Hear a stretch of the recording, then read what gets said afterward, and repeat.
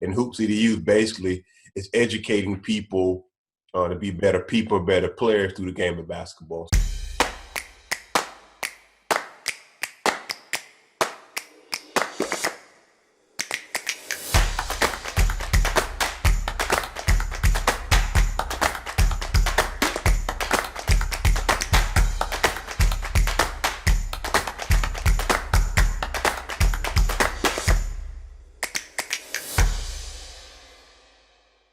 I'm an educator and I love basketball, so I put the hoops and that HOOPSEDU together. Um, took a while to come up with that because we're trying to figure out different names. So once HOOPSEDU was put on paper, it clicked like, yo, I'm a coach, I love basketball, and I'm an educator. So let's put that together. And HOOPSEDU basically is educating people to be better people, better players through the game of basketball. So that's kind of the background of HOOPSEDU. Oh, okay. And so tell us a little bit about your background. I mean, like I said, I personally, I knew, I mean, from Yeah. seeing you around the gym and the basketball court and seeing you around campus, but tell us a little bit about your background. I'm originally from North Augusta, South Carolina, born and raised. I was there all my life until I decided go to college. Well, during those days in North Augusta, basketball came and stuck with me since I was like 5 years old. My older brothers played basketball. The neighborhood, we played sports. Basketball was the main sport. We had the main where everybody come and play basketball was in my cul-de-sac. So, from about 5 p.m. to about 9 p.m.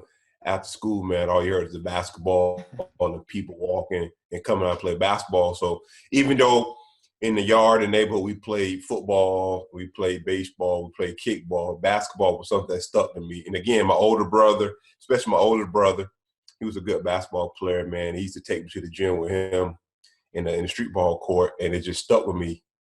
It just stuck with me. And, I was fortunate to play basketballs on all levels. I ended up playing. I was pretty good in high school. That afforded me opportunity to play basketball in college at Spartanburg Methodist. And from there, I played at Atlanta University. And I said about 19, I knew I wanted to be a coach. And I was just inspired by the coaches who coached me. And it came about. So at Lander, I got into the exercise science major. Then I was like, I don't know if I want to do this. PE, didn't know if I want to do that either because exercise science and PE went together. I wasn't too good with the bones and memorization. So, but Okay. once I finished with my elementary education degree. Once I got out into the education world, I knew like I can do that and coaching at the same time. So that's my background as far as my education. Finished at Atlanta University with elementary ed degree. Played basketball there, finished up, was able to be a student assistant, grad assistant, and an assistant coach after my years playing, and it's kind of just built on from there. So some of that background is really why HOOPSEDU got started. So how do you find, I guess, did you find that people understood the concept of kind of taking your educational background, your educational training, and then marrying that with basketball? Did you find that people picked up on that easy, or was it something you had to explain to people once you started the business? Um, it came about kind of organically. Um, I would say when I was 18 years old, the year I graduated from high school, I took my own personal money and I entered a youth team in my back at North Augusta into a spring basketball tournament. And I coached them, me and my buddy Curtis Wheeler. And it just kind of just built from there. And I started doing HOOPSEDU. It goes with training and camps. So I worked a lot of camps growing up since I was about 17, 18. And from there, I was like, one day I want to do this. One day I want to do this. Then it picked up when I got in college, started working with young men after school, training them in basketball. And once I graduated, I had a good friend of mine named Brandon Freeman who played professionally for over 12 years. He was like, Mims, can you train me? I was like, yeah, I'm you want me to train you? So we started training, and like I said, I was training a professional athlete, and we hit it off, and we were just like, hey, man, this is something we can do. These camps, this training to influence the youth, we can do it. So we sat down in my living room. I had a 1-bedroom apartment then. We sat there. We just said, man, we got to come up with a name. I was like, whatever you want to call it. So we just came up with names, and Hoops EDU came about. And to answer your question, it did take a while for people to grasp the concept. They knew my love for basketball. They knew my love for education. But to see me, to put it to the business side and to execute plans, it took a while because, again, this business where it's about competition. Yeah. In Greenwood, in my area, I was working at Atlanta University camps. Other people having camps. So it came about, the competition part of it. And I was like, it's all about time. It's all about time. It's got to push it and push it. But once people caught on, and some of the other people who were doing what I want to do, they kind of moved on from it. So I said, now's my time to pick this up. And again, I thought you just jump in and do it. I had to really sit down. And once I fell on my face, again, you're in the business world, I had to come up with a business plan and a business model to do it. So I went to certain people. We talked, wrote some things down, and we came up with a concept. And I was like, yeah, I still have that notepad to today. It's like, it's my business plan, a business model. And I just ran with it, man. I figured, got to take this chance, man. And it's been working out for me.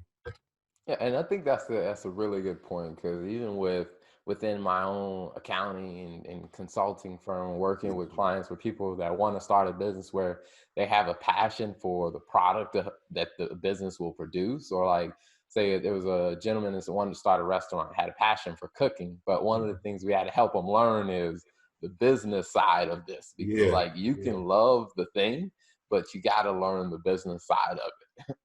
Definitely. And that's what I had to do. I saw the setup. I saw what I wanted. Like I said, I worked camps. The working camp since I was 18. I've been coaching. And I tell people this, even when I was working camp at 17, 18, 19 years old during the summer while I was in college, I kept the agenda and the camp agenda all those years, like, and the idea, this is what I want to do. And like I say, my first camp I ready to execute.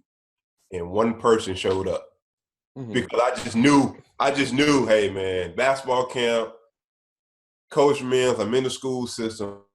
People kind of know about me. And I was like, when one person showed up, I was like, hold up. This is not right. So then that made me sit down and think about marketing. Who are the people you got to target? And with all that, again, like you said, it comes with a cost. It comes with planning. It comes with people helping you get the information out. And it'd been easy for me to quit, but I said I couldn't quit because I told myself after working one camp for somebody else one time, the summer before it started, and I worked 3 solid days, did some great work, signed a W-9 and everything. And 2 weeks later, I finally got my money. I was like, this all they gave me for this work? I said, no. I said, no. I said, I love camps. I love working with other people, but I know what I can give the kids and I know my worth. So let me put that together. So, again, it became more so the business side, more so than just actual doing the activities or hosting the events, because I knew what to do there. Mm-hmm. So in that, I mean, how can people, I know right now with social distancing measures, I mean, there's not much going on right now, but when that ends, how can people find out about your camps? Like, where can they follow you? Where do you post, or where do you share information? I have a few platforms where I post my information. One, my personal Facebook page, Sean Mims. On my personal Facebook page is basically Hoops EDU, education and family. If you better decipher what I got going on. Also, I have a Facebook page, a personal page of Hoops EDU, where I do a lot of marketing on there as well. I use Instagram and Twitter, and everything is at Hoops EDU. And again, being in the school system, being around my students, they show me how to learn how to use Snapchat. Okay. I have a Snapchat now that's Hoops EDU. So all my social media platform is Hoops EDU, and my personal Facebook page is Sean Mims. So that's where I keep all my information and linked up. So when you go to those avenues, it's all about the business and what I'm branding, what I'm giving, and what I do. That's it, really. Okay. So if you had to give, someone some advice that was saying like, hey, I want to start a business similar to yours, what piece of advice would you give them if they were trying to do that? Two, I give two pieces of advice. One, have a plan, the plan that you're going to have. Um, Two, have the passion for it. And then three, you have to know if that plan and passion is, like we say, the right fit for the area that you are in. It's all about, do you have a mark for that? And I felt like with people in this area knowing my basketball background, or knowing my basketball passion, and meeting a lot of people through education, they got an idea of kind of sense of person I am, and then my purpose of my business. So I think that really helped too. So again, have a plan, have the passion, and know that if that in your area where you are, how do you create a market for that? And not only do I'm not limited just to Greenwood, South Carolina, the Lander area, the Lakeland area. I find myself all over parts of South Carolina, either doing things under HOOPSEDU or partnering with different people or different other brands to do basketball or to empower the youth in whatever they got to do. When I go to those places, I wear my brand. I wear my T-shirts. I don't know if you can see it, but we just created a new logo, HOOPSEDU. So that's what we've been doing. We're trying to rebrand it, man, and trying to continue to drive it, man, because I know, even though I felt like I accomplished some, it's more to go. It's more to go, especially with this pandemic may change how you do your service or do your business, for sure. Mhm. Well, definitely, that's awesome. Well, definitely good luck to you, and thank you so much for being on the show. Yes, sir. I appreciate it.